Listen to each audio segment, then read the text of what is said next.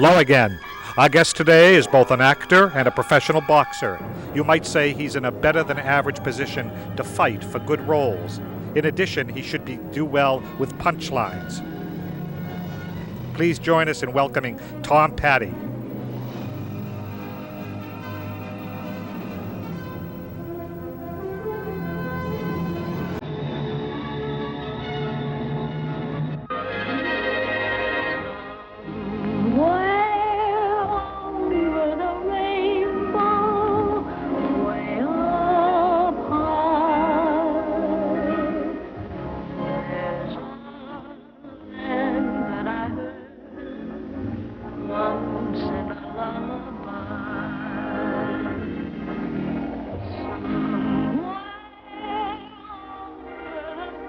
Tom Patti, 5-time Golden Glove boxer, champion. Yeah. 5 times.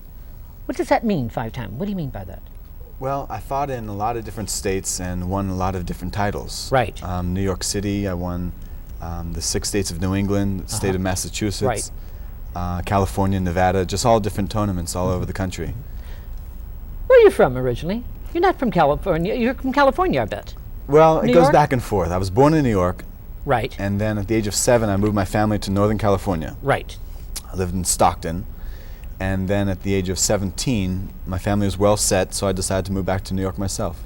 Who trained you? I lived and trained with the legendary trainer, Cus D'Amato. Cus D'Amato. Yeah. He is legendary. God. Who is he taught? Well, you know what? I first knew about Cus when I was a little boy growing up, because he trained my father. Your father wanted to be a boxer, or yeah, was he? he was a fighter. He was? And, yeah, he turned pro, and he was a Golden Glove champion in New York City. He and Floyd Patterson were friends and stablemates. Right. Floyd Patterson went on to win the heavyweight championship of the world. Now, I guess 30 years later, I moved up to Catskill, New York to live with Cus D'Amato, and Mike Tyson became the heavyweight champion of the world. Right. So, but you were friends with Mike. You were roommates. Mike Tyson and you were roommates for 5 years? Yeah, 5 years. Come on, tell me about Mike Tyson and... Do you know what? Mike's not nearly as monstrous as the people have portrayed him to be. What do you mean by monstrous? I never thought he was monstrous anyway. Go ahead. According to the press, he's a terrible person. He likes to hurt girls. He likes to brutalize and you know, mean and menacing and everything else. And that's only in the ring. I mean, I can sit here and talk to you and have a very nice conversation, but in a fight, it's entirely different. It's a whole other world. That doesn't mean that your anger or your violence, or the act of violence by just making a movement in the ring, makes you a violent person. It's when you fight, you have bad intentions, but in life, you know, you don't wish bad upon people. What do you think of when you fight another fighter? Do you know what? To win? Is it to win? To win, mostly to hit and not get hit. And you have to overcome so much fear because, I mean, here you are half naked in front of a bunch of strangers. Could be friends, family, or completely nobody that you know, and you can be embarrassed and humiliated.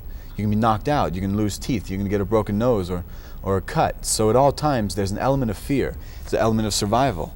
And it's a contest of will and skill, and the person with a stronger will overcome a person of even better skills. What made Thomas Patti decided to be a boxer? Because good looking face, look at that face of yours, that nose, the chin. Well, I mean, you're going to get banged. Come on, Thomas, you're going to get banged, and hey, you don't want to ruin that pretty face, the girls. I don't know. You know, Tell me about it. I pay no attention to that. You don't? No. What made you decide to be a boxer, though? First, I was primarily a street fighter. Street fighter. Yeah, I was in the public school system where there's a lot of. It was the first year of integration with the busing. And so all of the blacks and Mexicans were beating up the white guys. Is this in California? This is in Northern California. And so I was the only white guy that basically would fight back. By the time I was a senior, I was like the lord of the school, for the white guys at least. And then my territories, you know, we were cruising cars and racing cars and fighting people in the streets. For girls too, you say? Never for a girl. Never? Never. My mind, I was fighting gang wars, Skippy. Really? It was like, yeah, I mean. What does a gang out there think of the street gang, Thomas? I mean, well, first off, it's ever changing, okay? Now there's no more heroes. Now there's no more laws or rules or honor. I mean, a person rides by your house and shoots you. That's no hero, you know, as they drive by, the drive-by shootings. True. You know, even back when my dad would say when he was a kid, it was different, and it's even true when I was a kid 10 years ago. Because you could fight somebody, and if they lost, you know, you might have to fight them again or some of their friends again, but it would pretty much die. And then, but I could see the change, you know, because people would ride by and throw things through your windows. So I had to get away from my home because I was afraid for my family.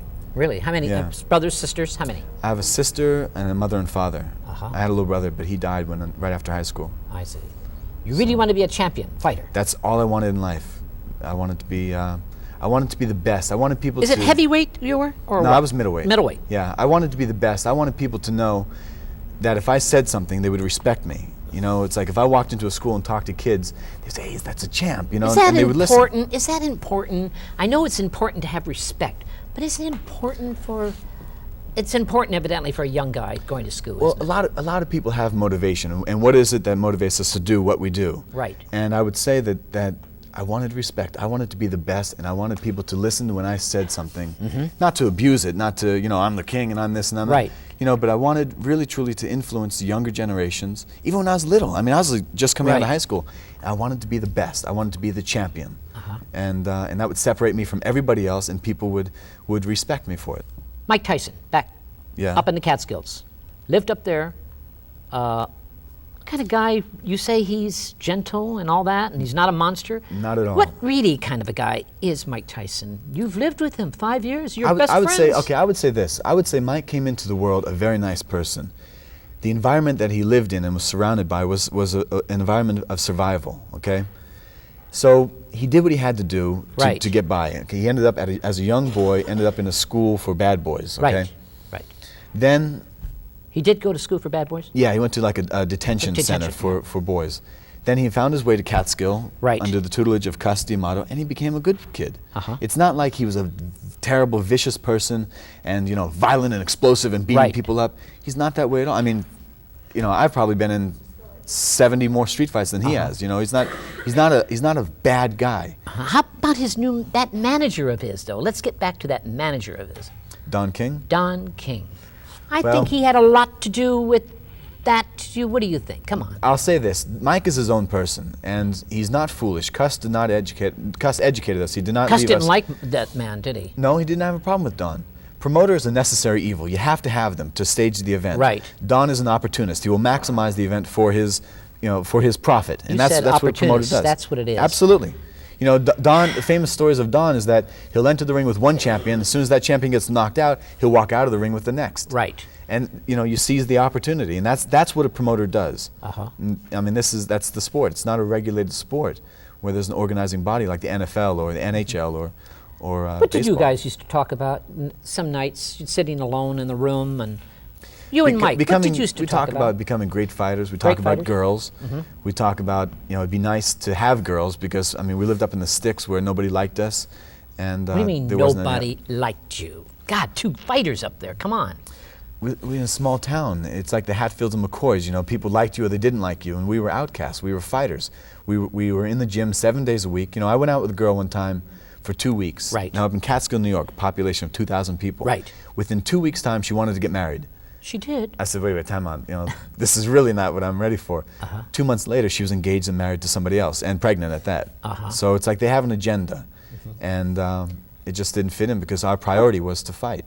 Mike, come on, you're not answering my question. You do you talked wanna know about about girls. Mike? No, you talked about girls, and what did you talk about? There must be some spiritual feeling about Mike Tyson and you guys. I mean, We're brothers, you know, Skip. We would fight, you know, we would argue, we would cheer for each other. You know, that sometimes I'd lose or he'd lose in a fight, and you know, we're there to pick up for each other. You know, it was always to persevere and to, you know, we had to overcome tremendous odds. Nobody in the world was for us. I mean, my parents never supported me. My parents never said, hey, great, you want to become a fighter. Every week it was, you know, why don't you leave Catskill and come back home and work in your dad's business? Not everybody's going to become a champion. Mike had nobody on his side, but we had Cus and we had each other. Right. And so we found we were family and we pulled for each other. I mean, birthdays were a great celebration because we were a bunch of misfits and we all found each other. I see. Misfits. You say that word misfits. All fighters use that word misfits. Why do they use that word? Well, first off, who wants to go in the ring and take a beating? Nobody. So we chose a profession that not many people would want to do. Right. And it was very challenging at that. So that kind of really separated us from the norm. And just, you know, we were angry kids, and we had to all fighters are squash that. angry kids, Thomas. Would you say all fighters have to be angry kids in order to be fighters? Well, it might propel you in the beginning to the ring, but it's not what will keep you there, because you have to learn to control your emotions. You never throw a punch out of anger or hate or spite, because if your mind becomes obstructed with an emotion, it's no longer able to see clear to the task at hand, which is to hit and not get hit. Do you used to do this before you? No. It wasn't a religious thing for me. It wasn't a religious thing? Does Mike does it? No, Do you know? I don't think he really did. We weren't very religious when we What do you mean you weren't very religious? We didn't go to church every Sunday and But you do pray have for anything. faith. Oh, You believe in absolutely. I believe in God, the Almighty, and Because I'm I see thankful all for fighters everything. do that all the time. Well, there's some that are, especially the Hispanic fighters, Hispanics. are very, very spiritual and very Catholic. Thomas Petty. Yes. Actor now. Come on, tell me about how did Thomas Petty become an actor? You're good looking. I mean, I'm going to get back to that again. Okay, Come to well- Hollywood. From New York to here, or what happened? When I was fighting in New York, I became a popular fighter along with Tyson. Right. I never turned pro. I was, I was the on the girls must have inside been crowd. crazy for you on the ring. Nope, not a one. Not Come a one. on. I'm telling you, I lived a Okay. life of abstinence. I refer to my Catskill days as my Tibetan monk days. Right. Okay, it was like a life of sacrifice and commitment. Right. All right, so I moved to New York City. My boxing career came to an end because of nose injuries, and it is a contact sport, so Right. be that as it may. Right. A lot of friends, a lot of people on the inside crowd said, "Listen, why don't you become an actor? Take the same tenacity you Right. put, and the same sacrifice you have, and the same commitment Right. that you've applied to your sport, and do that to acting, and we think you become successful." And it's kind of a support group.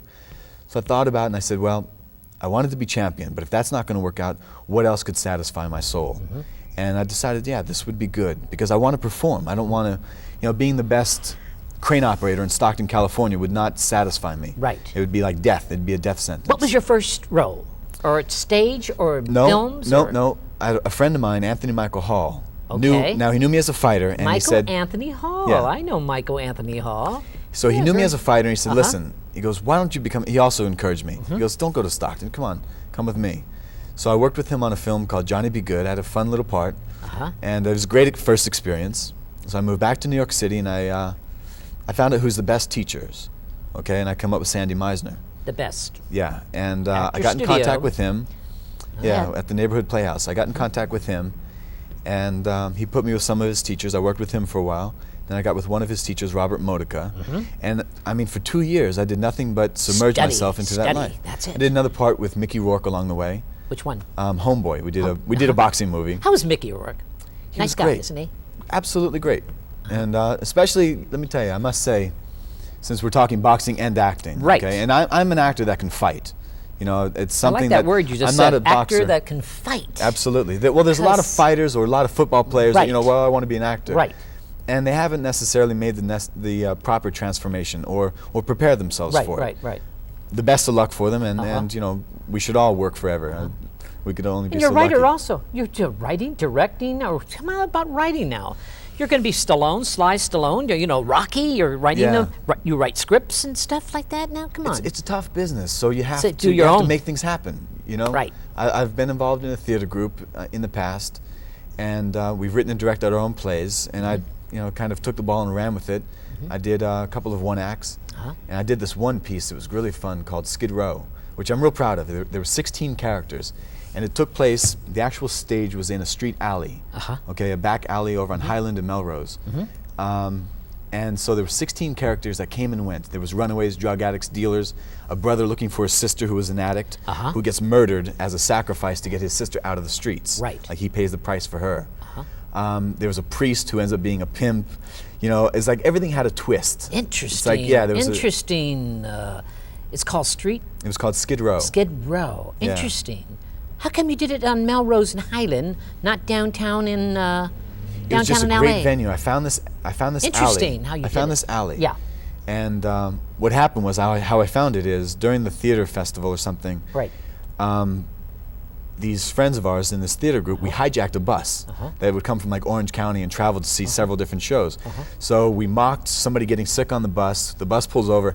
I storm in, leading a band of guerrillas, and we take them into this back alley and we performed a couple of Right. one-act shows. Right. And they just loved it. And I said, wow, what a great area. It was just this great stage.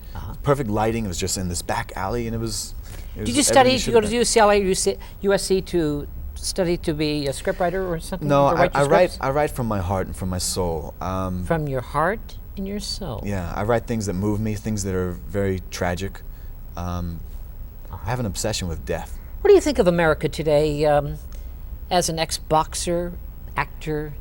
What do you think, Tom Patti? You're a young man. What do you think what's happening with our country today? You're saying you did things for the homeless, you did things for the pimps and all this, and the drug addicts. What do you think of America today now? It's a tough... I think America has a problem dealing with themselves, the people. Right. Everybody's at fault for everybody's predicament. It's like, right. You know, with all of these riots that went on, since it's a recent issue, everybody's at fault but the people that are involved in it. Right. I think that, you know, Cus would say you have to be responsible. You're man enough when you're responsible for your own actions. Right. And I think a lot of people are not responsible. A lot of people are not willing to take responsibility. My belief is that if you have a child, make sure that child's raised properly. Make sure that child's going to school, working hard in school, and doing all it should be doing. Not out on the streets, hanging out, running around, and getting into mischief and trouble. I think that's the core. I think that's one of the key issues to this. Did Tom Patti go through that as a child? I always had a family. I always had a home. Someone to love you. I always had food on the table, and I always had them there. I grew kind of separate from my family as a young teen. It's like I didn't feel like I belonged. I kind of belonged in the streets fighting. That's where I felt most at home. Did you really? Yeah. Belonging in the streets fighting. It's reality. Like, I don't like going to, in Hollywood, I don't like going to these clubs with everybody walking around with an attitude. I like going to a down and out place where there's real people. And it's like, this is life. This is reality. Nobody's walking around with pretentious attitude. Los Angeles is not the place for that. New York is the place for that. New York is my life. New York is the place for that. New York is my life too. I love New York. It feeds your heart and soul. New York. When you leave New York, you're camping out.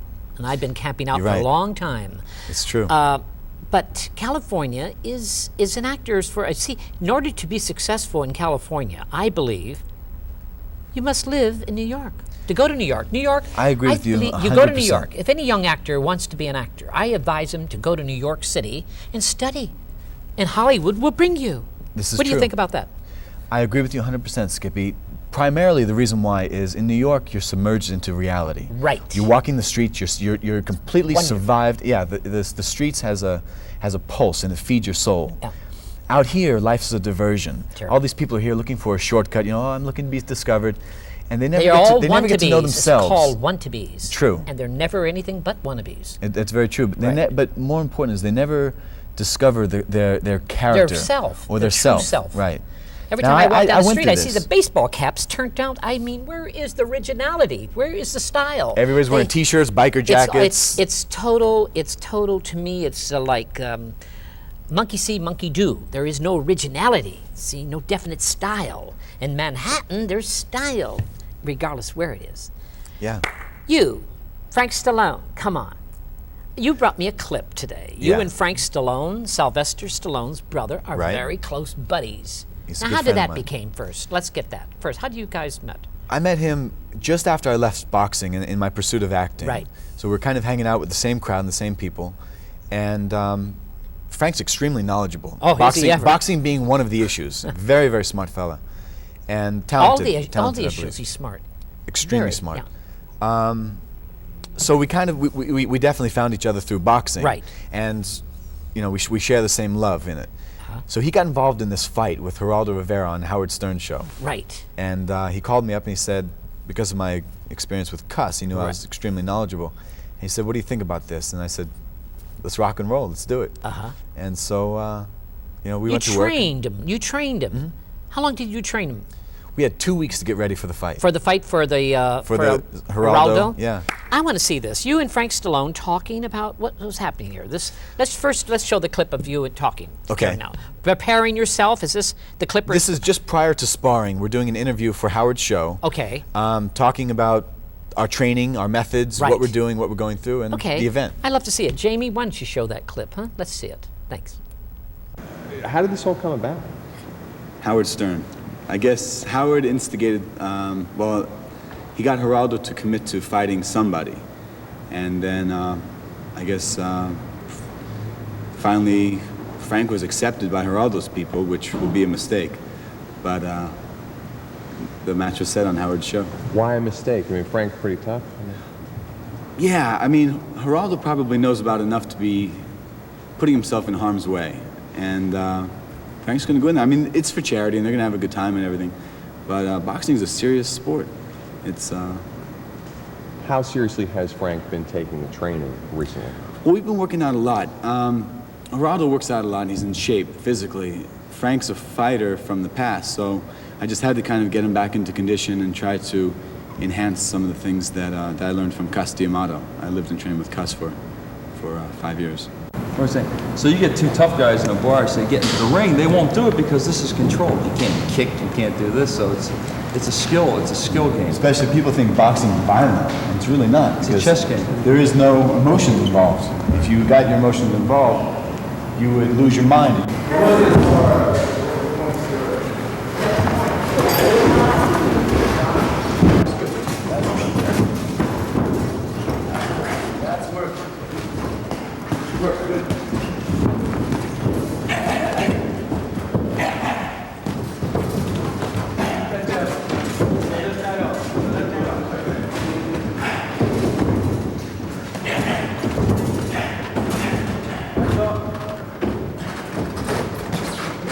Those punches are hard, they're strong, and they're very effective. I'm very proud. He's doing very, very well. Thanks, Tom. Now, Frank, I noticed a lot of uppercuts and things like that. Well, yeah, that's one of my punches. You think you noticed them? Yeah. Look at my eye. Yeah. Believe it. You and Frank Stallone. We had a lot of fun. Nice guy, isn't he? Great guy. We really became good pals, especially fighting, because as fighters, you challenge each other. And if the guy's a dog, you have no respect for him. But when you fight and you put up a good fight, and you really kind of learn to respect that person. It's like even after the fight, Geraldo and Frank fought so hard against each other. Where did they fight? We fought in a gym on like mid-Manhattan. Mid-Manhattan? Yeah. So why did Howard Stern do this? Tell me, come on. I want to know about Howard Stern. It was great radio. Great radio. Great radio. He Great loves show. to shock things. I don't know why Howard Stern is shocky. Well, why does American have to shock things in life? Why can't it just be a little more... He just gives something new. If you'll do it, he'll show it. If you're inept, he'll annihilate you. Sitting with Martha Ray's husband in the toilet and talking to him on camera is new. Talking to him, what is he doing at the moment to Martha Ray's husband? I don't see that. To me is not shocking. That is vulgar. That is terribly vulgar to me, and I just don't. I find him very uncomfortable for me. But anyway. Well, you know what? It was fun working with him. We had a great time. Right. And you know, I went on there. I could take a joke. I can give a joke. We argued and fought for 2 hours, and we had a lot of fun, a lot of laughs. And afterwards, he said, "Hey, man, great radio." And so it was cool. Frank Stallone, singer, good singer. Very talented. I've seen him sing. Oh, he's just fabulous singer. Very talented. He's like not Frank Sinatra. He's more like what's his name? Bobby Darrenish. He's very Bobby Darin. True. And he's he's got a great range because I mean he's done everything from Staying Alive and Saturday Night, the sequel. He wrote that. Yeah, Saturday and performed. Staying Alive. That's Frank Stallone's song. Yeah. He wrote that for the film. Isn't that amazing? It was A lot of people don't know that. Very talented singer. He unfortunately lives in the shadow of his brother, and I don't think he needs it. I don't think he needs to. I've interviewed him many times. Because he's talented enough on his own. Yeah. And I think I would be willing to bet that his time is coming. He's coming. I think that Sly has been. What did you? You brought me a clip of you and Frank fighting now. Boxing. Let's see that clip. I want to see the clip of you and Frank boxing on the Geraldo. Okay, show it. Thank you. Okay, Jamie. Well, my kidneys never had much time to heal from yesterday's beating, and today they're not feeling too good. I feel immobilized. I can't really move around like I want to.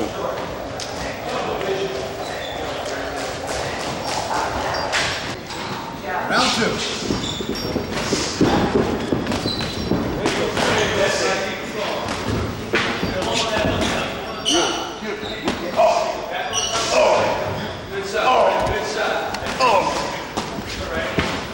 Right back.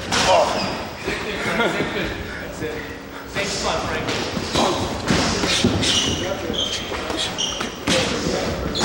Look at that jab flip.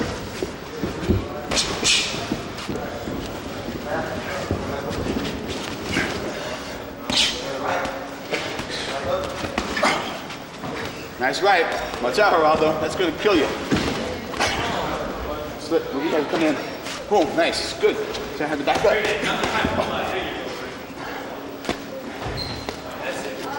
Work. Work.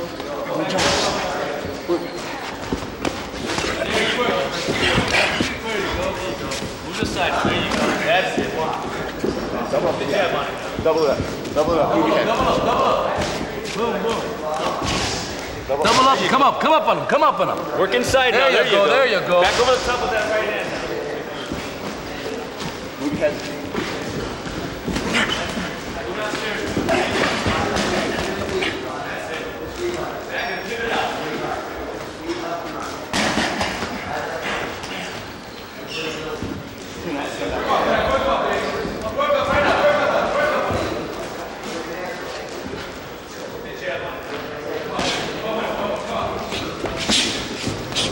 Jab. Work him out. There you go. Work the other side also. You know something? Frank Stallone is in good condition. Did he really knock you out? Well, Or you just faked that? we staged it. You with staged it? With Howard's show, it was so Wait a minute, loose, we back had up. fun. You staged it. What do you mean you staged? But he really gave you a yeah. punch. No, let me tell you, Frank can punch. He's got a good, solid punch. Right. But I've never in my life been off my feet as a fighter. You haven't? No. You've always won? Well, no, not that I've always won, but I've never been knocked out or destroyed. Really? Never knocked out. Never. I've been hurt. I mean, I've been devastated, but I refuse to go down. I refuse to relinquish control. How do you handle that? Refuse? What do you mean? Just strong will. You know, you can get hit. It's a convenient excuse to go down, Right. and you'll go down. But if you have more fight or more fire than that happening, then it doesn't matter. You just fight. Thomas Patti, I'm looking at you. You seem like a fighter actor, you're saying. You just finished Oceans, another, it's a mini-series for TV? Yeah. Tell me about that. Right after I graduated my acting studies, Right. I went off. I was hired for the lead role in a 10-hour miniseries. Right. So I went off to Europe. I worked with Ernest Borgnine, Irene Pappas. Oh, Irina Pappas, Greek actress. What great a actress. She played my mother in this. Did part. you learn anything from her? You must have learned something. Absolutely. You learn how professional some people can be. Because I worked Right. with some people that were absolutely terrible, that were embarrassing on screen or to work with, and very unprofessional. So it was difficult. It was like a 6-month shoot, Really? and but it was the greatest experience. I couldn't pay for that. When is this going to be out? Oceans? It's coming out this next couple months. I think it's going to be released to every country in Europe. It was sold to everybody, and then they're going to try it for the American market sometime this year, I think. So. Girl in your life, Thomas? Come on.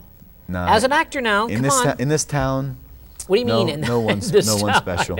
This town is really living in this town is like going through a sewer in a glass-bottom boat, It's terrible. isn't it? The girls here, a lot of them very beautiful girls, and there's some nice ones. Most of them are all taken. Right. But a lot of the girls I come across, they all have an agenda. They all want money. They all want careers, and they want to know what you can do for them. Okay, Thomas, So- I'm looking at you. What is Thomas Patti really looking for in life right now? What? I want to be great, and I'll never be satisfied. I'll never reach that plateau. I want to work hard. I want to achieve success and respect from my peers. Very good. And you know, it'd be nice to win an award or some sort of recognition. You hear from for it. Mike Tyson? Yeah. Did you write to him? Yeah, I write to him. Speak to him. How's he feeling in that prison right now? Mike's a strong guy. He's going to survive, and he's going to come out. The truth will come out, and he'll be vindicated. What do you because mean? The truth is going to come Well, out? it's already come out that she's perjured herself. This entire trial was a railroad case. The judge is delaying releasing the transcripts because she knows that she's made blatant errors that's going to lead to his release. Right. And the fact is, Skip, I mean, Mike's told me, he says, look, he goes, we've done things in the past. He goes, but I didn't rape this girl. He goes, I did not do this.